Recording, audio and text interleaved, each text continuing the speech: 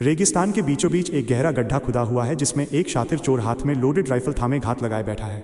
वो इंतजार कर रहा है खनिजों से लदे उस कीमती ट्रक का। धूल उड़ाते हुए एक भारी ट्रक तेजी से उसी ओर बढ़ता है। अचानक ड्राइवर की नज़र सामने रास्ते पर जमा रेत के ऊंचे ढेर पर पड़ती है। वे केबिन के डैशबोर्ड पर लगे कैमरों को चारों ओर घुमाकर खतरे को भांपने की कोशिश करते हैं, लेकिन रेत का वो ढेर सिर्फ एक रुकावट नहीं, एक जाल था। जैसे ही ट्रक ने ब्रेक मारा, उसके भारी पहिए नरम बालू में गहरे धंस गए। ट्रक अब बेबस खड़ा था। गड्ढे में छिपे चोर ने सटीक निशाना साध कर ट्रक के अगले टायर को उड़ा दिया। टायर की पूरी हवा निकल गई। ट्रक अब हिलने लायक भी नहीं बचा। तभी ट्रक के दरवाजे झटके से खुलते हैं और सुरक्षा में तैनात दो हथियारबंद पुलिसकर्मी वे नीचे कूदते हैं। चोर की दो सटीक गोलियों ने उन्हें जमीन पर ढेर कर दिया। अब मैदान साफ था।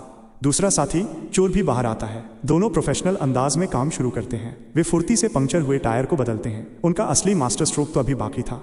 उन्होंने पास ही एक विशालकाय गड्ढा तैयार कर रखा था जो रेत की परतों से ढका हुआ था। ट्रक को स्टार्ट किया गया और बड़ी सावधानी से उस विशाल गड्ढे के भीतर उतार दिया गया। ऊपर से रेत और झाड़ियों से उसे इस तरह ढका गया कि रेगिस्तान का वो हिस्सा पहले जैसा सपाट दिखने लगा। कुछ ही देर में पुलिस की गाड़ियां सायरन बजाती हुई वहां पहुंचती हैं। दर्जनों अफसर पूरे इलाके की घेराबंदी कर लेते हैं। अत्याधुनिक खोजी उपकरणों और अनुभवी नजरों के बावजूद वहां सिवाय उड़ती धूल के कुछ नहीं मिलता। घंटों की कड़ी मशक्कत और मीलों तक तलाशी लेने के बाद भी उस भारी भरकम ट्रक का कोई नामो निशा नहीं मिलता। हारकर पुलिस कप्तान वापसी का आदेश देता है। कानून हार चुका था और रेगिस्तान के सीने में दफन वो ट्रक अब उन दो शातिर चोरों की जीत का सबूत था।